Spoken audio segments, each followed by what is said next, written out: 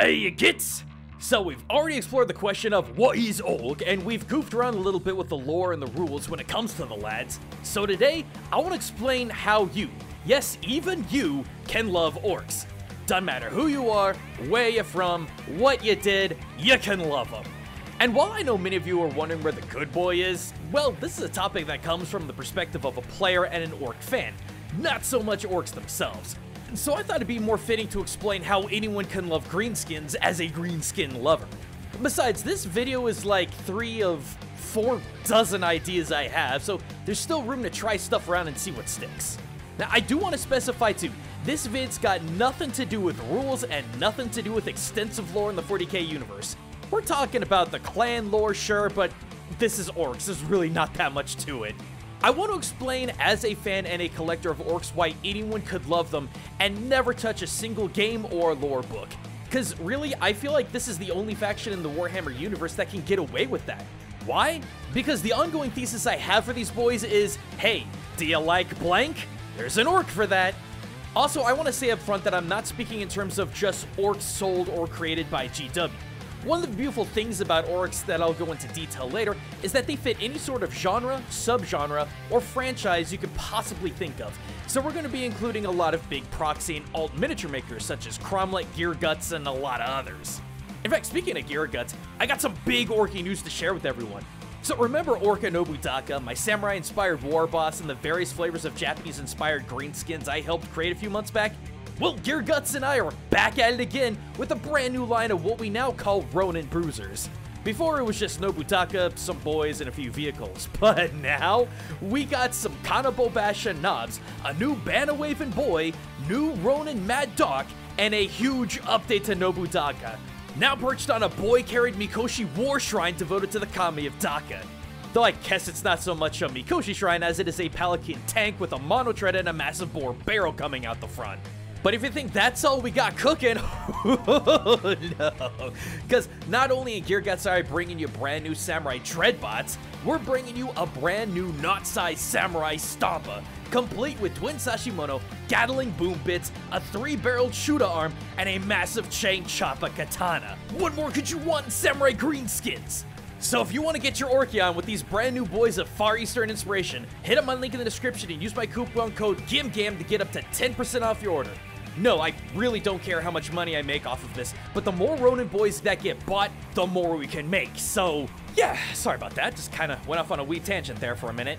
But it just goes to show that you can make anything 40k Orkian. I mean anything. Like, let me start off with a really simple yet contrarian example. Are you more of a traditional orc with a C fan? Do you look at the world of 40k with disdain because its sci-fi is a tissue-thin facade hiding the fact that it's just fantasy and space? Are you a Tolkien or Dungeons & Dragons Puritan that scoffs at the idea of an orc carrying any firearm bigger than a metal tube stuffed with gunpowder and a rock? Did all of your friends abandon Warhammer Fantasy after the end times and are hassling you again at 40k because surely GW won't ruin that setting too? Well, there's an orc for that, specifically the Snakebites. While every other orc clan in 40k has their own futuristic spin, Snakebites are like the stubborn boomers of the greenskin race who sit on their porch all day complaining that things were better back in the old days, or the old ways, as they call them. Sure, they've got sluggers and bionics, but they're so incredibly subpar compared to what they could get if they didn't shun technology like a community of 300-pound Amish gorillas. They don't need no fancy shooter or oversized meg armor. They believe that orcs was born with choppers and they should die with choppers. So if you want your orcs to be the stereotypical green tide of pointy sticks, clubs, and swords, Snakebites are for you. Also, do you like magic more than machinery? Boy, are you gonna love the Snakebites. Their weird boys have some of the most bizarre magic in the universe. Yeah, put your hands down, fanboys. I know it's technically called psychic power, but don't kid yourself, this is just magic in space. For example, Old Zogwart. He was not only the most powerful weird boy to grace the setting, he was also the most random. He accidentally melted his own eyes, blasting an entire guard company with pure Wa energy, which is still something he claims they did on purpose. And his favorite pastime is to transform anything that slightly bothers him into a squig. Like that one random wizard in Samurai Jack that turned everything into a chicken, including Jack.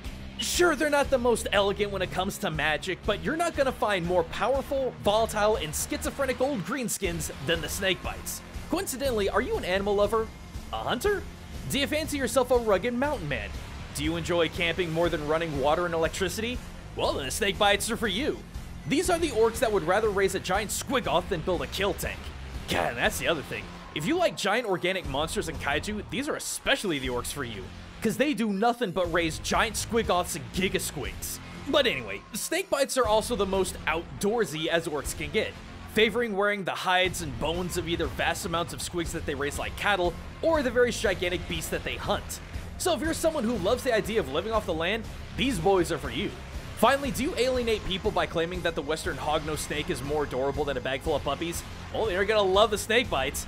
As the name implies, these orcs incorporate the most deadly snakes into their regular rites and everyday activities, such as letting one of these horribly poisonous snakes bite them, then suck out the poison themselves to prove just how much of a badass they are. But let's say you're tired of the same old orc tropes of questionable shamanism and Stone Age ultraviolence like I am. What sort of science do orcs bring to this sci-fi setting? Well, first of all, really fast vehicles for one. Do you love NASCAR? Do you believe there needs to be more Fast and Furious movies?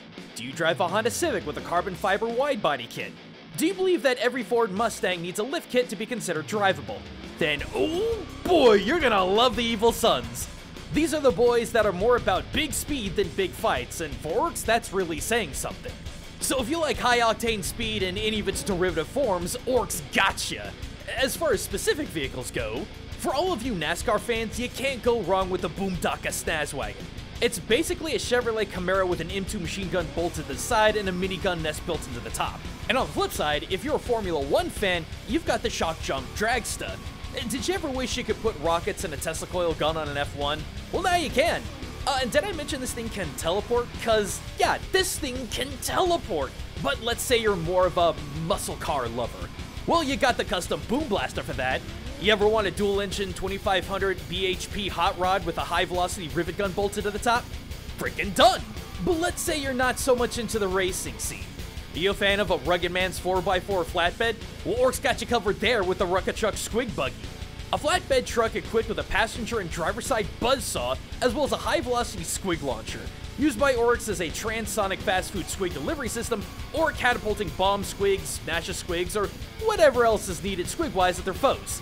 Like, just imagine if you had a flatbed that had the ability to bazooka fried chicken to your friends in the middle of a derby that you're racing in, while also being able to launch rabid possums strapped with M80s to the jerk-offs who just clipped ahead of you. That's the redneck flexibility that the Rucka Truck Squig Buggy brings. But hey, maybe you prefer mudding in an ATV. Well, then you gotta get yourself an orc war buggy. All the joys of four-wheeling, but with the added joy of a twin-link LMG. Or, maybe you said zog it to the very idea of four-wheeled vehicles and have more Harley-Davidsons than garage space. War bikes, war bikes, war bikes, my friend. There's a war bike variation for just about every specialized orc out there. From war bosses on bikes to paying boys on bikes. Dude, have you ever wanted to see Dr. Frankenstein on a crotch rocket? Well, now you can. And even for you subcategory bikers who love trikes, you can get on the orky goodness with Death Killer War trikes. Finally, as a bit of a side note, do you just love the Mad Max movies? And I mean like on a mindless level? Well, you're gonna have the lion's share of choices when it comes to orcs. Guns, gas, and glory, that's all the orc speed freaks are all about. And they're not just within the Evil Sons either. I mean, sure, there's more speed freaks in Evil Sons than any other clan, but there's speed freaks in every single orc clan, so don't feel like you gotta pigeonhole yourself into one or the other. And the coolest thing too is that you're actually gonna find a lot of homages to Mad Max in some of the more official orc cars and buggies. Like, just have a look at the GimGam Snazwagon. Boy, don't that look familiar. But oh, friends, this only accounts for the ground vehicles. Are you the kind of person who habitually goes to every Thunderbirds air show? Was Top Gun Maverick the best movie to have come out in the last 15 years? Do you believe that SWAT Cats was the best 90s cartoon? Well, strap in, you gits, because let me introduce you to the Death Squadron. No, I don't just mean the legendary comic series that mixes Top Gun's action with orc stupidity. I mean all of the delectable array of aircraft that orcs have. Fan of the Wildcat, F-86, or F-84 Thunderjets? Grab yourself an orc fighter or a Dakka jet, specializing in high speed and lots of machine guns. Or maybe you're a fan of high speed and napalm of the F-100D Super Saber. Well, there's the burner bomber for that. Or maybe you love the thrill of pulling up at the last second dive bombers like the Douglas SBD Dauntless. The Orc Blitzer bomber is for you. Or, maybe you just love the idea of a colossal fat bomber that has enough ordnance to flatten a city like the USAAF B-29 Super Fortress. The aptly named Blast-A-Bomb is what you're looking for. Finally, if you believe that Top Gun and Kenny Loggins pale in comparison to Apocalypse Now and the Flight of the Valkyries, the Defcoptas and the troop-faring Chinook Warcopter are the whirlybirds for you. And hey, with all this talk of war history, maybe you're the kind of person that just can't get enough of World War II documentaries on the History Channel. In that case, you're gonna love the Blood Axes. See, this was the Orc clan that made first contact with humans, so naturally they're gonna be ones to adapt more human war tactics. Basically meaning, if there is anything in traditional military aesthetic that you like, you're gonna find it here. Want some greenskins and modern flak armor looking like they just walked out of the Iraq War? Well, at this point, that's the Blood Axe standard. Wade Price's Bad Company Blood Axes are a great example of that using regular bits found with GW products. But let's say you want to go back in time a bit. You love the depressing grim trench warfare aesthetic of World War I or the modern militarized gung-ho aesthetic of World War II? There's tons of orcs for that, many of which you can find with Cromlech and Gear Guts with their Orc War II and Veteran Bruisers respectively. I mean, if the ramshackle design of the default orcs is a little too slapdash for you, there's plenty of boys out there that look like they came right out of the trenches. And if you need more than boys in this circumstance, there is tons of potential with orc-looted period accurate vehicles.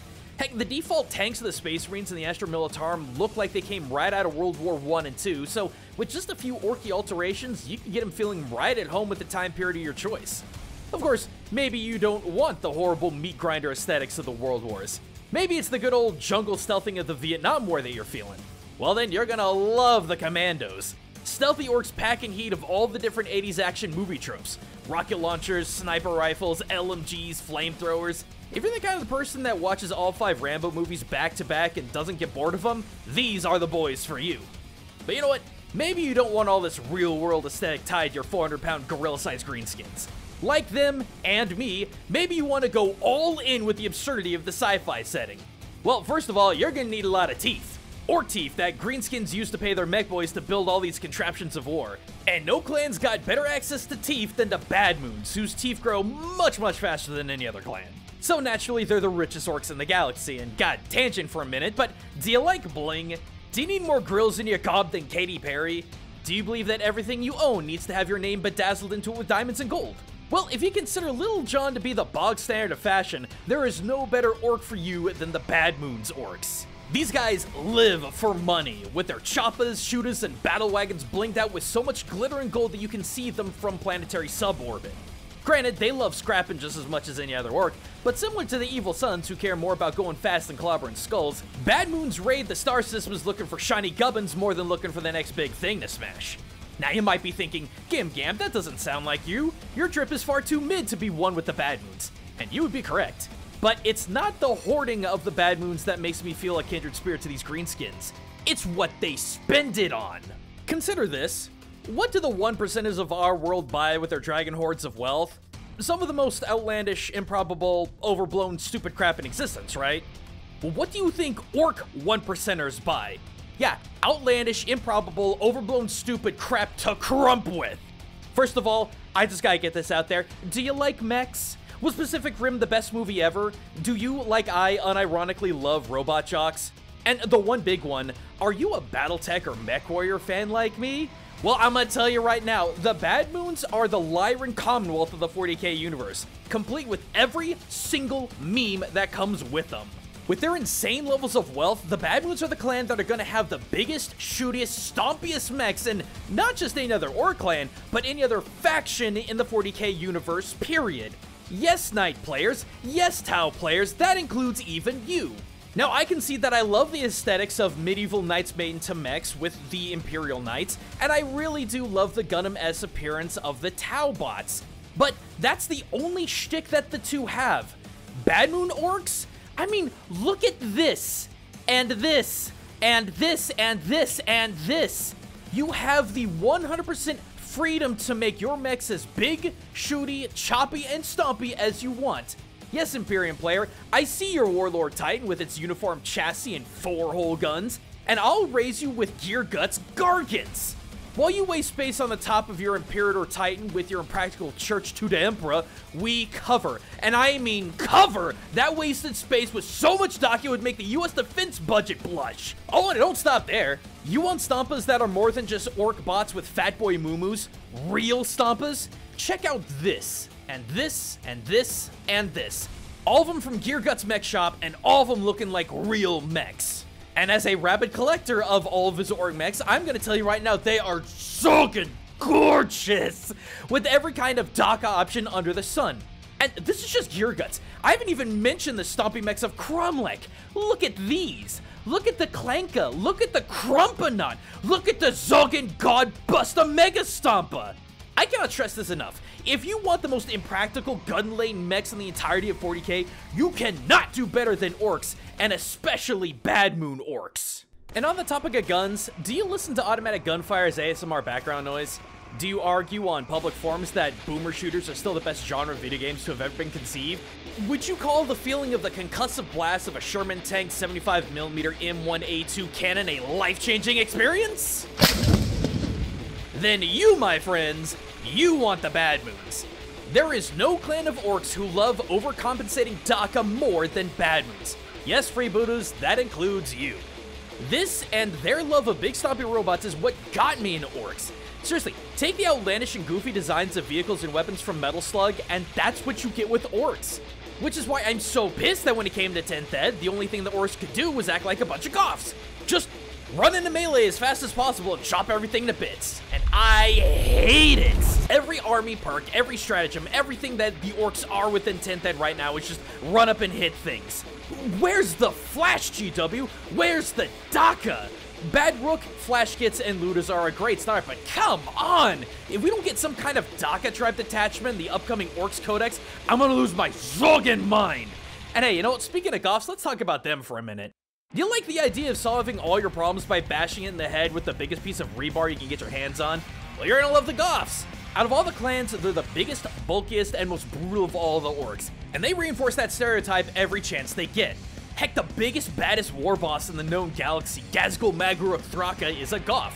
Much to my chagrin. I mean, when I painted him, I tried to make him the Flash's Bad Moon's boss alive, but there I go, letting my biases stay on my sleeve. But there's more to Goths than just monkey brain melee-based tactics.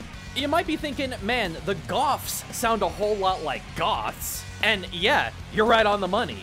If you're someone who pines after the good old days of Hot Topic before it was ruined by anime and Netflix, you're gonna love the Goths. Not exactly the goth level of Crow cosplayers listening to Evanescence, but if nothing else, you're gonna find more boys in black here than a Halloween showing of Rocky Horror Picture Show. And on the topic of good music, are you a fan of 80s rock? Do you like death metal? Do you believe that Kiss had the greatest visual aesthetic of any band in the last 50 years? Then let me introduce y'all to the Goth Rockers. If you want heavy metal, if you want rock and roll, if you want guitar shredding with a pyrotechnic show utilizing every form of IED known to man, you are going to love the Goths. And weirdly enough, if you're a fan of Looney Tunes' level of comedy, antics, and slapstick violence, well, I mean, all the orcs have that, but none have more Wile E. Coyote energy to them than the Goth Storm Boys. They literally strap unstable explosive rockets to their backs and blast around at subsonic speeds with the same impractical explosive unpredictability as any classic Roadrunner cartoon.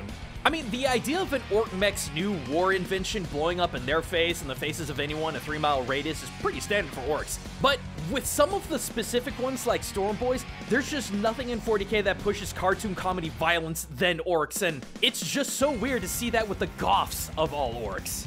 And on the topic of cartoon violence, do you like pirates? Do you believe that Muppet Treasure Island was the best interpretation of the Robert Louis Stevenson original? Do you constantly find yourself being a loner in even a gaggle of like-minded peers? Do you cosplay Jack Sparrow with an unhealthy regularity?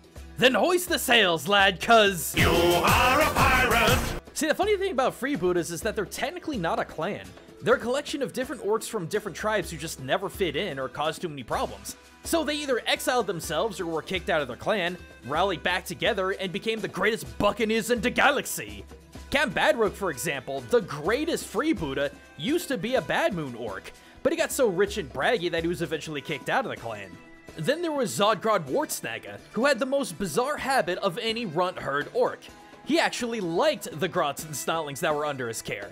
So much so that he was thrown out of the Snakebites clan and became another legendary freebooter. You know, kinda like how real pirates got their start as outcasts from society who finally found unity in being a pirate.